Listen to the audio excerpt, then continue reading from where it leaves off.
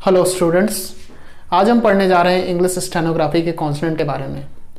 English stenography के consonant को पढ़ने से पहले हमें कुछ इंपॉर्टेंट पॉइंट्स को ध्यान में रखना होगा, जैसे कि इंग्लिश स्टेनोग्राफी में कितने नंबर ऑफ कॉन्सोनेंट्स होते हैं, और इंग्लिश स्टेनोग्राफी जो कि साउंड लैंग्वेज है तो साउंड के अकॉर्डिंग कितने ग्रुप्स होते हैं और उन ग्रुप्स में कितने सारे कॉन्सोनेंट्स होते हैं।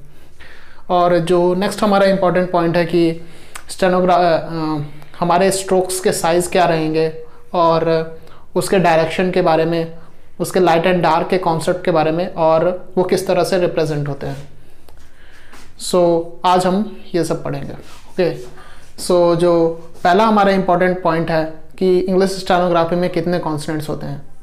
इंग्लिश स्टेनोग्राफी में कॉन्सोनेंट्स स्ट्रोक्स के अकॉर्डिंग रिप्रेजेंट होते हैं, और इंग्लिश स्टेनोग्राफी में 26 स्ट्रोक्स रहते हैं।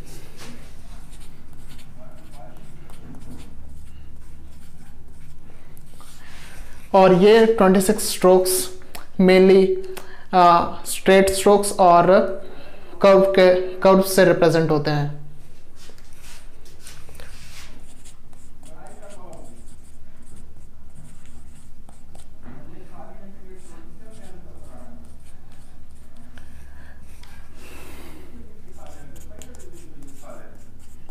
एक्सेप्ट वे, ये एंड एच।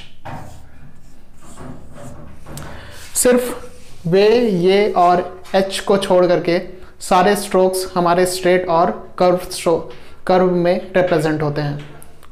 जो दूसरा सबसे इंपॉर्टेंट टॉपिक है हमारा स्टेनोग्राफी के ग्रुप्स।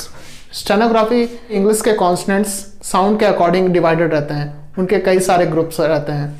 जैसे कि पहला हमारा ग्रुप है एक्सप्लोडेंट्स, दूसरा कॉन्टिन्यूएंट्स, तीसरा nasals, liquids, कोलेसेंट्स and aspirate.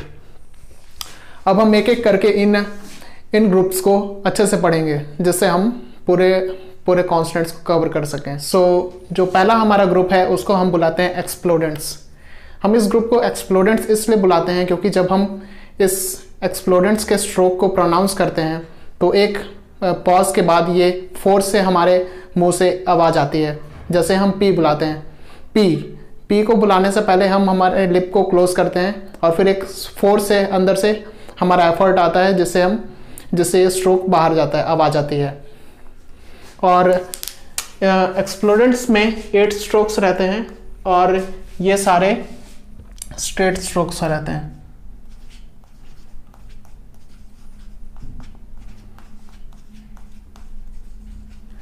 Straight stroke से रिप्रेजेंट होते हैं। इनमें रहते हैं पी, बी, टी, डी, चे, जे, के और गे।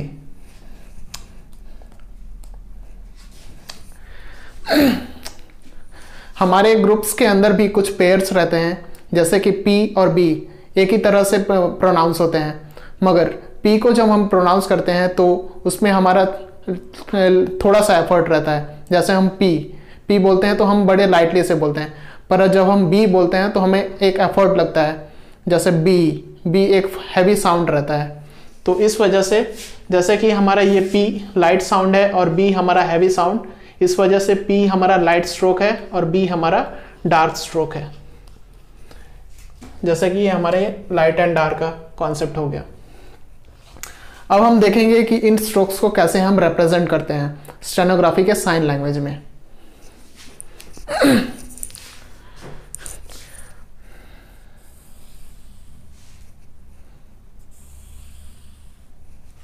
जैसे ये हमारा स्टेनोग्राफी का कॉपी है, तो स्टेनोग्राफी का एक साइज रहता है परफेक्ट, जो कि जब हमारा ये मान लीजिए कि स्टेनोग्राफी का कॉपी है तो उसके हाफ से थोड़ा सा ऊपर स्ट्रोक रहना चाहिए, जो कि 1/6 ऑफ एन इंच रहता है साइज।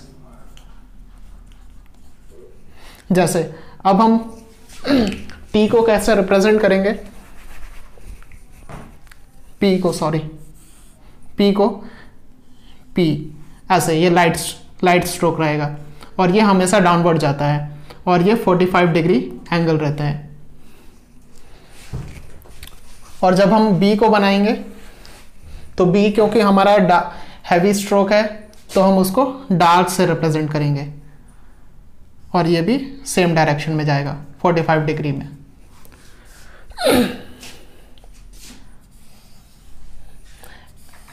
और जब हमको टी रिप्रेजेंट करना हो तो टी, ये ऐसा टी है आपका और ये हमेशा डाउनवर्ड जाएगा और ये 90 डिग्री एंगल में बनता है। ऐसे ही डी हमारा एक डार्क स्ट्रोक है जिसमें हैवी साउंड आता है, तो ये डी ऐसा डार्क स्ट्रोक बनेगा जो कि डाउनवर्ड डायरेक्शन में 90 डिग्री पर। और ऐसा ही हमारा चे हमारा लाइट स्ट्रोक है, इस वजह से ये ऐसा जाएगा और ये 60 डिग्री एंगल में जाता है डाउनवर्ड डायरेक्शन पे। और ऐसा ही हमारा जे जाता है डार्क स्ट्रोक डाउनवर्ड डायरेक्शन पर 60 डिग्री पर। और लास्ट हमारा के और गे, तो के और गे हमारे स्ट्रेट स्ट्रोक्स रहते हैं जो कि लाइन पर बनते हैं और ये हमारा गे हो गया डार्क स्ट्रोक। अब हम देखेंगे एक्सप्लोडेंट्स को ज्योमेट्रिकली कैसे हम रिप्रेजेंट करते हैं। जैसे कि ये एक सर्कल है और इसको हमने बेस से कट किया और एक हॉरिजॉन्टल, और अगर हमने ये 45 डिग्री पर एक कट किया तो ये अगर लाइट स्ट्रोक है तो ये पी हो जाएगा और डार्क ये बी, और ये हमेशा डाउनवर्ड डायरेक्शन में बनते हैं। ऐसा ही ये टी और डी हो जाएगा, टी हमारा लाइट स्ट्रोक, डी हमारा डार्क स्ट्रोक।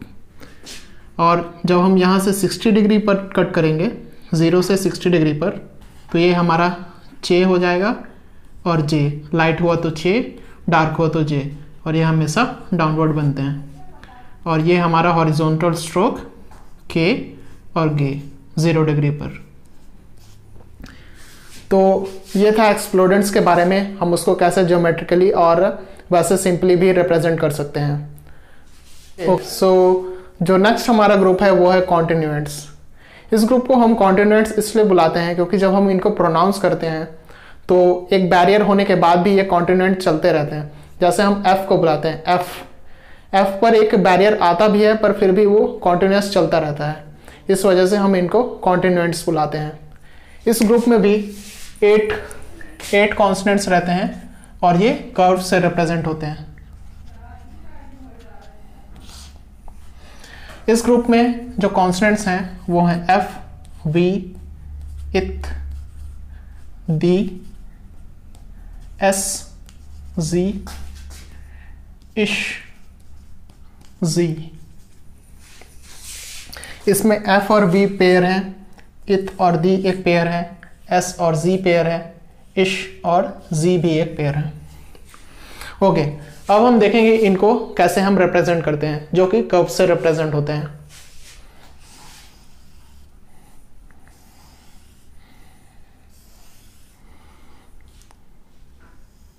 ये एफ हो गया जो कि लाइट है और ऐसे ही डार्क वी हो जाएगा हमेशा डाउनवर्ड की तरफ, एफ और वी।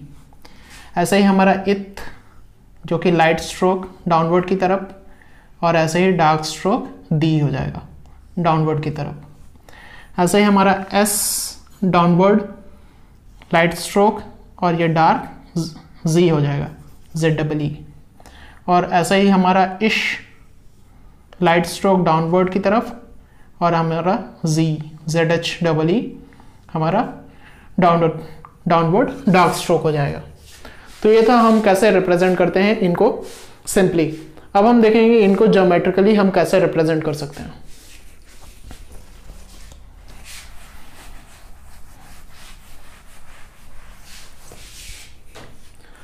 सपोज हमने एक सर्कल लिया और इसको हमने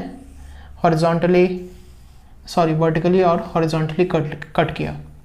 तो ये जो हमारा पार्ट है, ये अगर लाइट हुआ तो एफ, डार्क हुआ तो वी। ये हमारा जो पार्ट है, लाइट हुआ तो इश, डार्क हुआ तो जी ZHEE। इस सर्कल को अगर हमने बेस से वर्टिकली कट किया और ये डाउनवर्ड जाता है तो ये लाइट हुआ तो इथ और डार्क हुआ तो डी। ऐसे ही ये लाइट हुआ तो एस, डार्क हुआ तो जी हो जाएगा। तो ये थे हमारे कॉन्टिनेंट्स के रिप्रेजेंटेशन। अब हम हमारे नेक्स्ट ग्रुप को देखेंगे जो कि है नेजल्स। ओके, सो जो नेक्स्ट हमारा ग्रुप है वो है नेजल्स।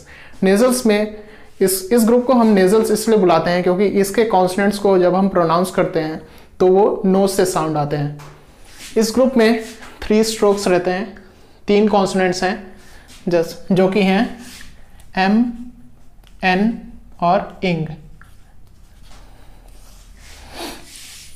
ये स्ट्रोक्स भी हमारे कर्व स्ट्रोक्स रहते हैं और इनको रिप्रेजेंट करने के लिए ये हमारा एम हो गया जो कि लाइट स्ट्रोक है, ये एन हो गया जो कि लाइट स्ट्रोक है, और ये इंग जो कि डार्क स्ट्रोक है ये। और इसको अगर हम ज्योमेट्रिकली रिप्रेजेंट करें तो ये अगर हमने सर्कल ऐसे कट किया तो ये पार्ट हो गया हमारा एम जो कि लाइट स्ट्रोक है, और ये हमारा लाइट हुआ तो एन और डार्क हुआ तो इंग हो जाएगा। तो ये था हमारा ज्योमेट्रिकल रिप्रेजेंटेशन नेजल्स का। ओके, सो जो नेक्स्ट हमारा टॉपिक रहेगा, नेक्स्ट ग्रुप रहेगा वो लिक्विड्स है।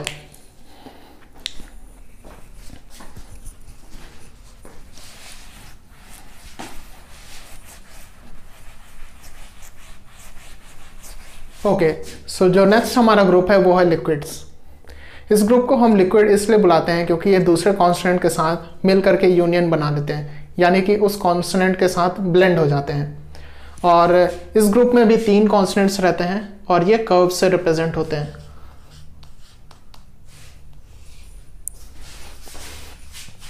और इस ग्रुप के कॉन्सोनेंट्स हैं एल, आर और रे।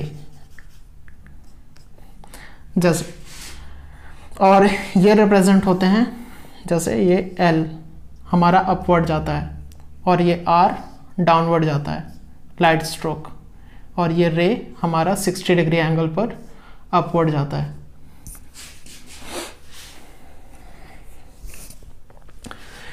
जैसे एक एग्जांपल है DRY ड्राई, और ये हमारा ड्राई हो गया।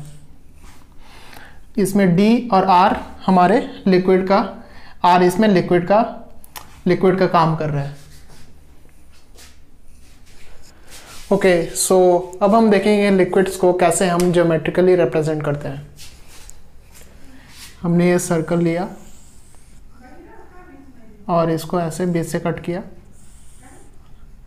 और ये जो अपवर्ड डायरेक्शन में जाता है ये L होता है, और ये हमेशा अपवर्ड डायरेक्शन में जाता है, लाइट स्ट्रोक रहता है ये।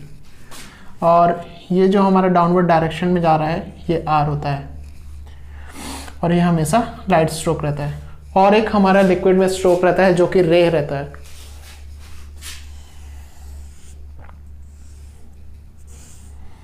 और ये हमारा 30 डिग्री पर जाता है, यहाँ से 30 डिग्री पर, और ये रे रहता है, और ये लाइट स्ट्रोक रहता है।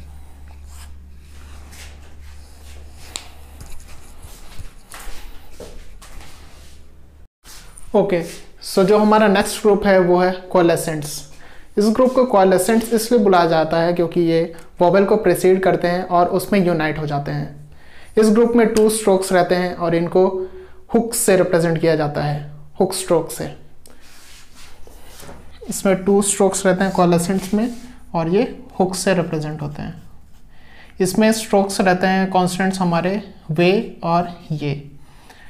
वे को हम ऐसे रिप्रेजेंट करते हैं अपवर्ड डायरेक्शन में, और ये को हम ऐसे रिप्रेजेंट करते हैं अपवर्ड डायरेक्शन में। और इनका कोई ज्योमेट्रिकल रिप्रेजेंटेशन नहीं रहता है, ये कर्व और स्ट्रेट स्ट्रोक्स के अलावा रहता है। ओके, सो जो हमारा लास्ट ग्रुप है वो है एस्पायरेट। इस ग्रुप में 2 स्ट्रोक्स रहते हैं और ये सर्कल स्ट्रोक से रिप्रेजेंट होते हैं। और ये 2 तरीके से रिप्रेजेंट होते हैं जो कि H रहते हैं, और ये एक H डाउनवर्ड रहता है और एक H अपवर्ड रहता है। और ये काम सिमिलर करते हैं। जैसे अगर हम नीचे भी इसको लिखेंगे तो ये H का ही काम करेगा, और अपवर्ड भी लिखेंगे तो H का ही काम करेगा। R और रे के अलावा नहीं। जैसे आर हमारा अलग काम करता है और रे अलग काम करता है। और इस ग्रुप को हम एस्पिरेट इसलिए कहते हैं क्योंकि इसको हम कुछ वॉवेल के ऊपर ब्रीथ करके बोलते हैं। जैसे हम एट लिखते हैं, एट, अगर हम इसके ऊपर अपना ब्रीथ निकालें जैसे हैट, हैट हो जाएगा ये HAT, ये हैट हो गया। और ऐसे ही हमारा एज हो गया, एज हम ऐसे लिखेंगे, अगर हम इसके ऊपर ब्रीथ निकालेंगे तो ये हैज़ बन जाएगा। ये एज है और ये हैज़ बन जाएगा। तो ये थे हमारे सारे ग्रुप्स, जिसमें कि एक्सप्लोडेंट्स में हमारे 8 स्ट्रोक्स थे, कॉन्टिनेंट्स में हमारे 8 स्ट्रोक्स, नेजल्स में 3, लिक्विड्स में 3, कोलेसेंट्स में 2 और एस्पिरेट में 2। तो ये मिलकर के सारे 26 स्ट्रोक्स हो जाते हैं। आई होप कि आपको ये सारे कॉन्सोनेंट्स का कॉन्सेप्ट समझ में आया होगा। और कॉन्सोनेंट को पढ़ने से पहले और उसको प्रैक्टिस करने से पहले हमको कुछ इंपॉर्टेंट पॉइंट्स को ध्यान में रखना पड़ेगा कि जैसे अगर आप कोई भी कॉन्सोनेंट का स्ट्रोक कॉपी में प्रैक्टिस करते हैं तो ये ध्यान में रखिएगा कि उसके स्ट्रोक्स परफेक्ट रहें, या अगर वो स्ट्रोक्स परफेक्ट नहीं रहेंगे तो फिर आप पूरे कॉन्सोनेंट लिखने के बाद एक बार चेक करेंगे कि आपका स्ट्रोक्स का साइज सही नहीं है, तो आपको पूरा 26 कॉन्सोनेंट्स लिखने के बाद आपका पूरा मेहनत बेकार चला जाएगा। और इसको आप कोशिश करिएगा कि स्टेनोग्राफी के पेंसिल और स्टेनोग्राफी के कॉपी में ही प्रैक्टिस करिए, क्योंकि उससे आपका साइज और स्ट्रोक साइज परफेक्ट आएगा और ज़्यादा एरर्स नहीं रहेंगे आपके। और डेली अगर आप हाफ पेज हर स्ट्रोक को प्रैक्टिस करते हैं तो आप इसमें 1 वीक के अंदर परफेक्ट हो जाएंगे, और 1 वीक के अंदर आप इसको अच्छे से प्रैक्टिस कर सकते हैं। अगर आपको कॉन्सोनेंट्स में कुछ भी डाउट हो तो आप मुझे नीचे कमेंट्स पर या फिर मेरे व्हाट्सएप ग्रुप और टेलीग्राम ग्रुप को ज्वाइन करके मुझे डाउट्स अपना बता सकते हैं। मैं उसको जल्द से जल्द क्लियर करने को कोशिश करूँगा। और अगर आप मुझसे पर्सनली भी पढ़ना चाहते हैं तो मैं अपना टीचमेंट के कोर्स का लिंक भी दे दूँगा और आप मुझसे पर्सनली कंसल्ट करके और स्टेनोग्राफी पढ़ सकते हैं। Thank you.